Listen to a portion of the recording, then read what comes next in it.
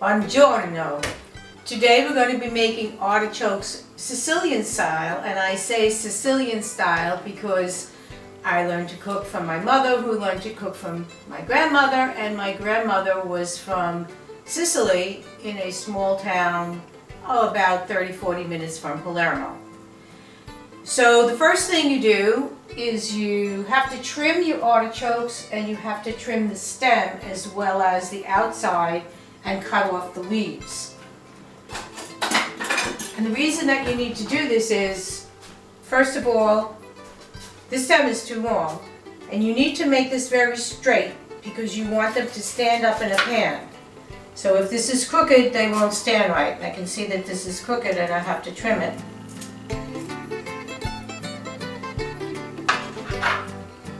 Okay. After you trim the bottom and make it flat, you take off the bottom layers by hand, because they're all usually dry and brown. And when you get to a point that you like, I'm going to take off one more from here. When you get to a point that you like, you trim off the tops, which is not very easy to do. But I like using a serrated knife for that reason. Okay, try to make it as even as possible. And now, because you're going to stuff them, you want the insides, you want the leaves to open up as much as possible. So what my mother used to do, and so of course I do it, is to bang it hard on a table or a hard surface, and you just keep opening them up. You don't want to break it, so you do it gently at first. And you want them open as possible because you're going to be stuffing the insides. Some people just put stuffing on the top, but I like to do it on the insides because then as you take each leaf to eat, there's something tasteful on each leaf. So that's about as open as this one is going to get.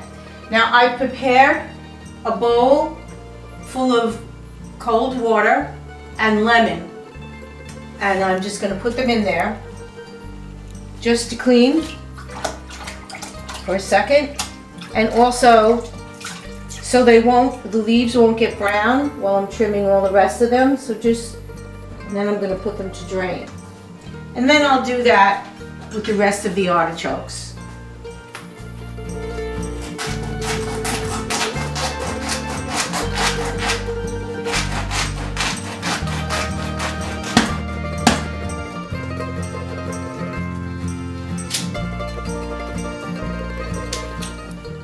But this is a good shot of the choke inside. That part in the middle is called the choke.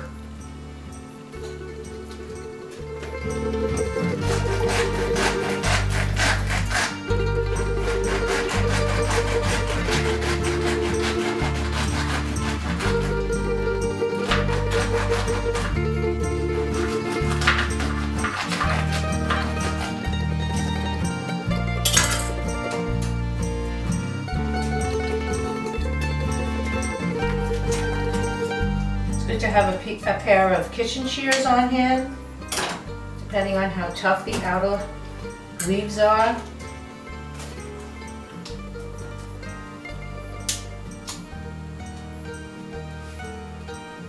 And actually, another thing my mother taught me, and I don't know if this is really important, it has nothing to do with the taste, but she used to, I guess because the tops were blunt, she used to cut the leaves on the bottom to match.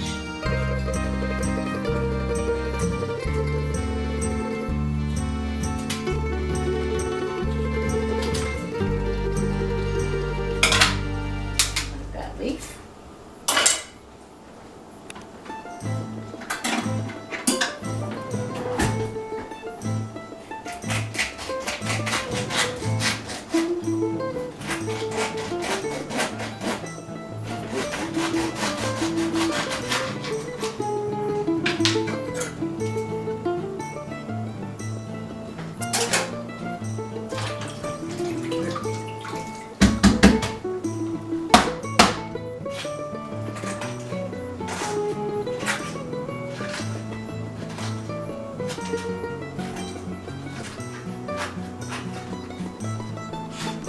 It's opening nice and easily.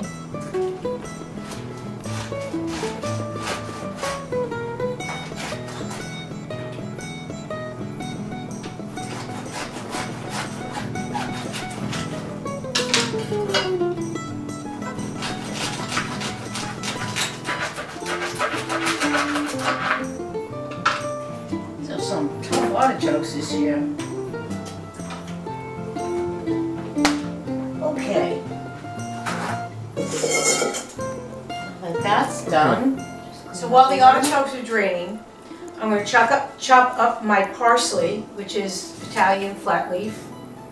And the only other 2 ingredients I use, well 3 ingredients in total, parsley, locatelli romano cheese, and garlic. A lot of people when they make stuffed artichokes use breadcrumbs, and that's how most of the restaurants serve them. But in my family that's not what we did, so I'm doing what my mother did. So getting my parsley ready here.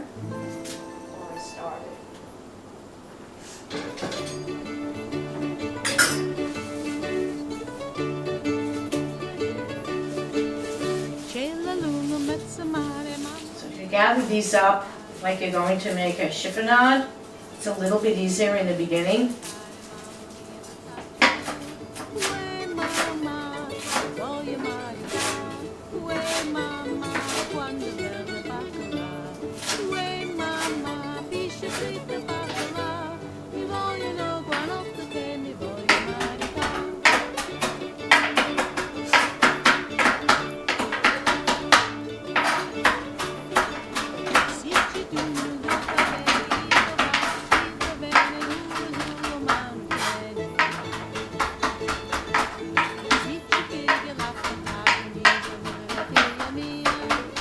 I like my parsley very fine because as you're eating the leaves of the artichoke, nobody really likes to get a big leaf of parsley in their mouth.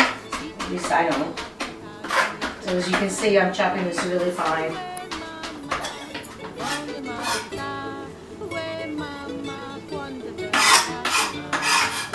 And next I'm going to chop my garlic. Well, lots of garlic. Say about, I have 6 artichokes, so I'm going to use at least 6 large cloves, figuring a clove per artichoke.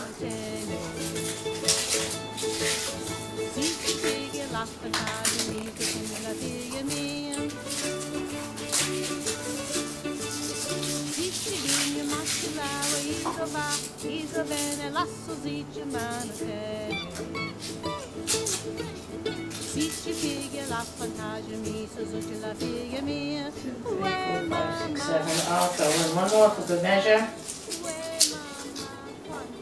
So instead of peeling garlic, I just cut off the head. Easier said than done. And smash it with my knife, and then the peel comes right off.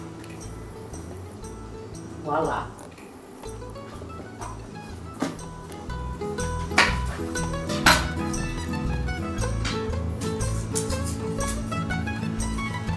Okay, so just check to make sure that you don't have any pieces of paper like this mixed in with the garlic. So I've got that one off, or on your knife. That will taste very good. Okay, and then proceed to chop very finely.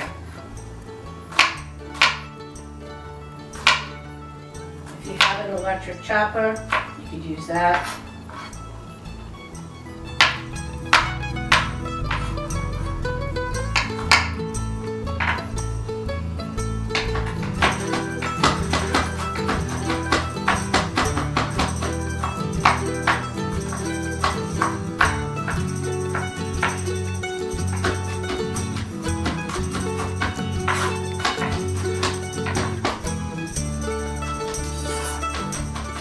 So this garlic really needs to be minced, not chopped, because again, when you take a leaf of the artichoke, you don't want to get a really, really big piece of garlic.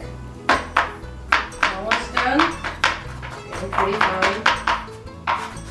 Now I could buy minced garlic, but I find that it really doesn't have the same flavor. It has like a bitter flavor.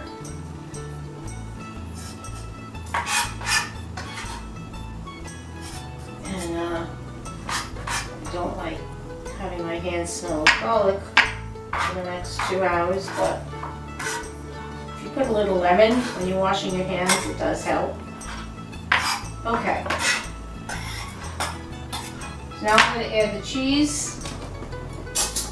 I'm going to add a good amount of cheese. Let's break this up.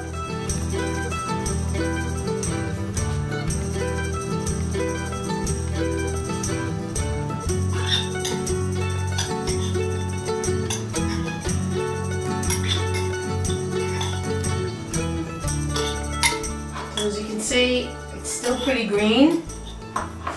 So this is actually the same mixture I used to make stuffed mushrooms, except if I were making mushrooms now, I would be adding oil, which I don't do. I add the oil at the end, just before you set them to boil, so that it will be moist inside. This looks pretty good, just maybe one little dab more. Okay, I'm just going to add a couple of turns of pepper just to give it an interesting flavor, a little zip. Mix that well. Now I don't salt this because obviously the cheese is very salty. So if you add salt, for some people's taste it would be too salty. Okay, now I'm going to take my artichokes.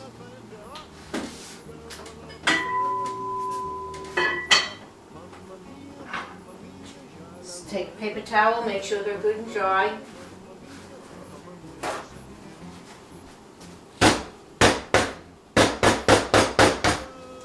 Make sure they're spread out. Just spread the leaves apart again as best as you can. Sometimes they kind of go back together. This one is really tight. And just start at the outer layer. Pull the leaves out and put some stuffing in.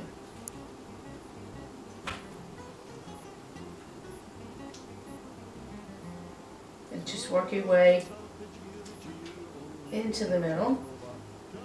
Just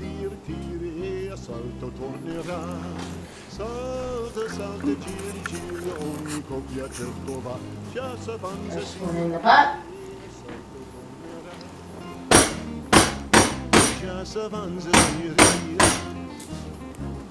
Okay, this one should be a lot easier. Again, start at the very outer leaves.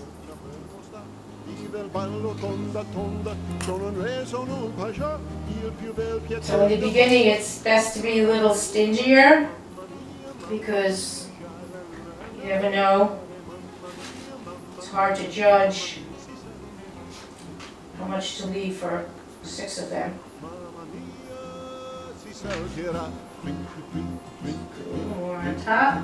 Mamma mia, si salterà.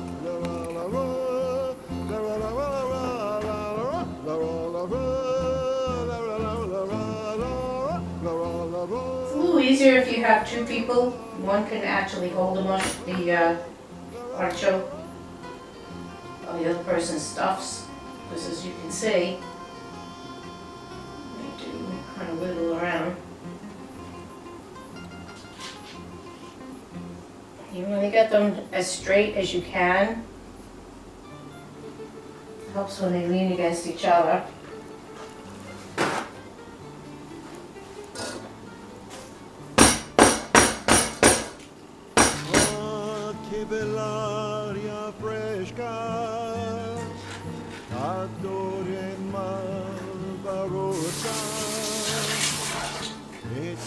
Okay, so now I'm going to put some olive oil on top.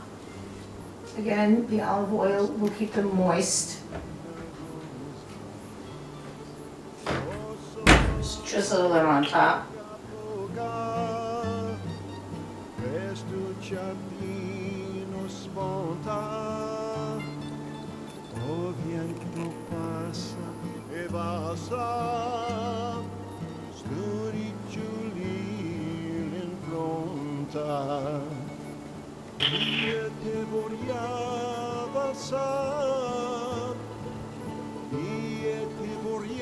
That's about as straight as I think I'm going to get them.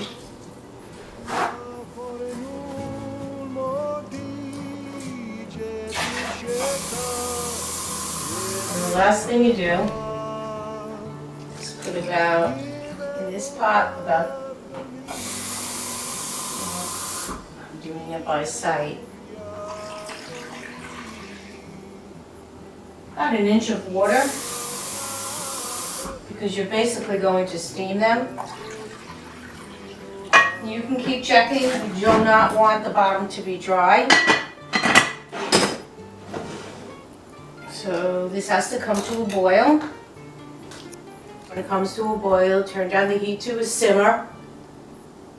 And they should cook for at least 45 minutes. You can keep checking them every 5 minutes. And the way you check them is to pull out a leaf and actually taste it. Do it with your teeth and get the soft part of the artichoke out. And when they're tender, they're done. And that's Sicilian artichokes.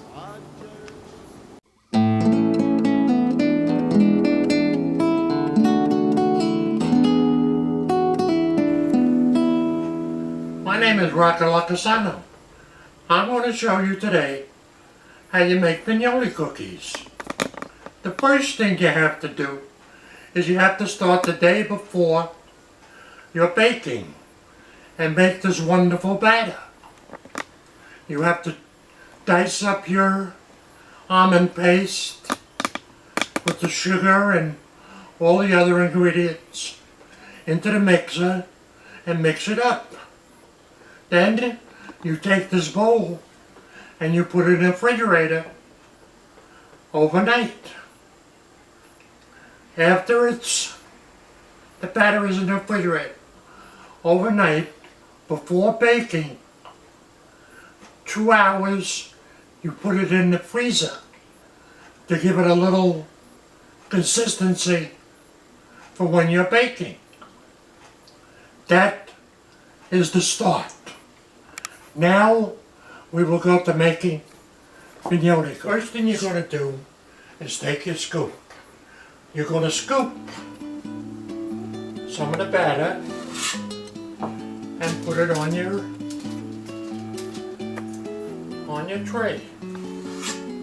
This is why you put it in the freezer, because it gets a nice consistency. And you want your cookies to come out perfect. This has been working for me. I got this recipe from a young lady from one of the other lodges. This is the only recipe that I know that works. If the consistency is not right,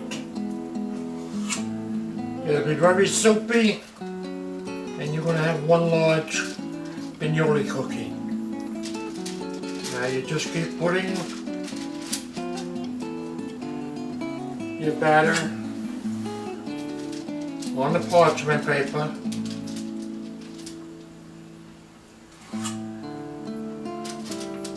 And you don't put them too close because they do spread. Not much, but they spread. Now that they're all on the tray,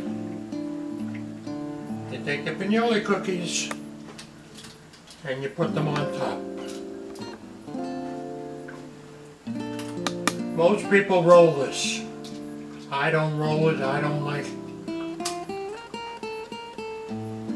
like it's sticking to my hands. Because it's a very sticky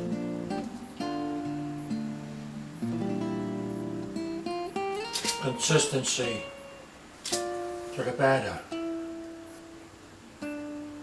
When you're putting the Pignoli cookies, Pignoli's on the cookies, you want to press down a little bit so that when they do depress a little bit, they're going to come out nice and round. It's a very tedious job. It doesn't go fast. And you have to be very careful when you're baking these. If you leave them too long, they're like sugar cookies. They will burn. You cannot turn your head. Next, after the Pignolis are on, you brush the top of the cookies with egg white.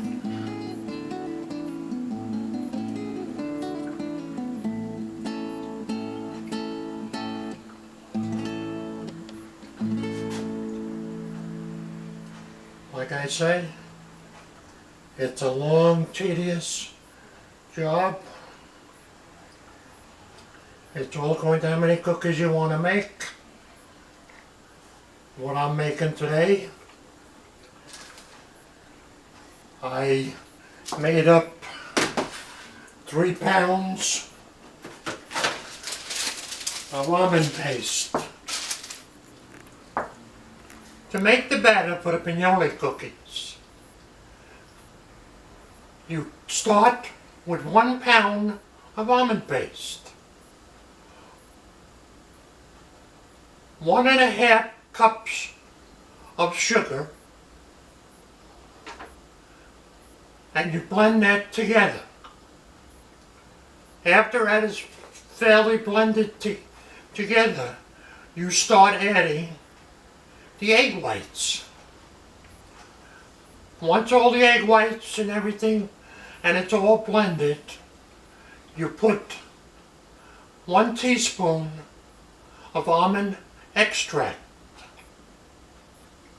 Do not put too much egg whites because you want the consistency of the batter to be nice and tight.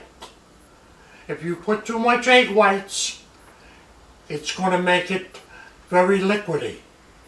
If that happens, just add some more almond paste. If you're going to make a lot of Pignoli cookies, your best bet is to buy your almond paste from the restaurant depot.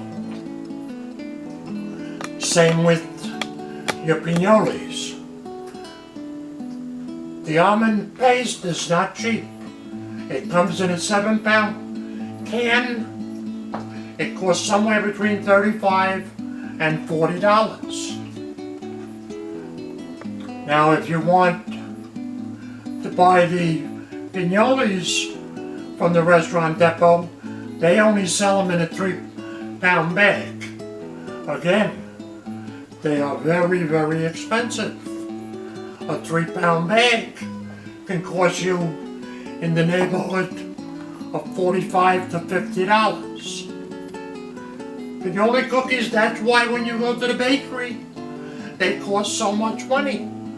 It's because the ingredients cost a lot of money. Okay, here we go.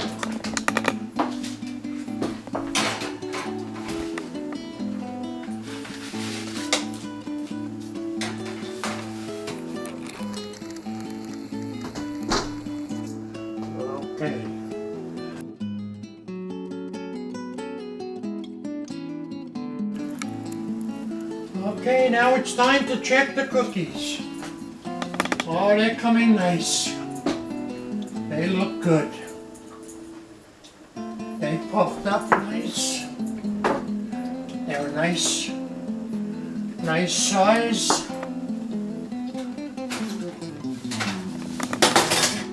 Oh yeah, very nice. Another 5 or 10 minutes and we'll be able to take them out. The Scientific Convention is held once a year at the Villaroma. We have anywhere in the neighborhood of 375 to 400 delegates from all over New York State who come to the convention to vote on the rules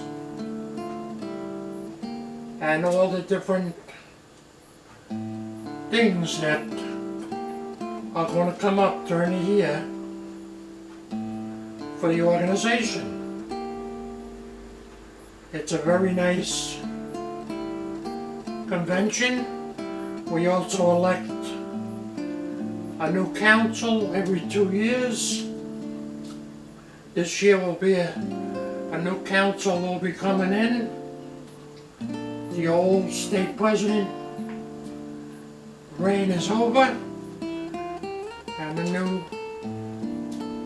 president will take over on Saturday night. But it's very enjoyable and you make a lot of new friends. There's always somebody there that either knows the town your parents came from. It's just a beautiful 4 days. All right, here we go. The cookies are ready to come out. Here we are. 24 beautiful cookies. And if they taste as good as they look,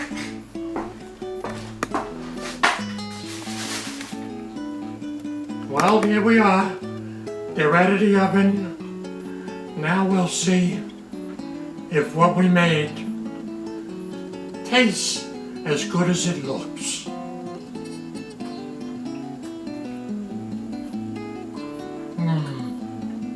Simply delicious. Couldn't be any better. Bon appetit.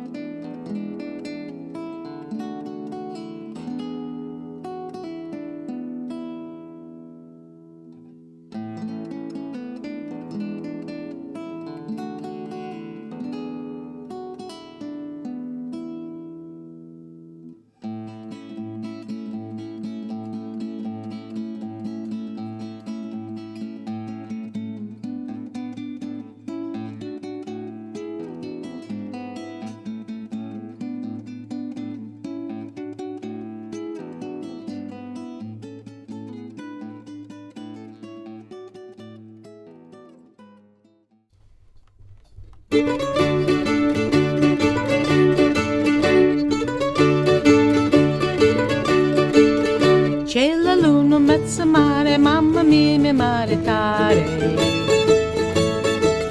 Amica mia, cupetare, mamma mia, pensacci tu.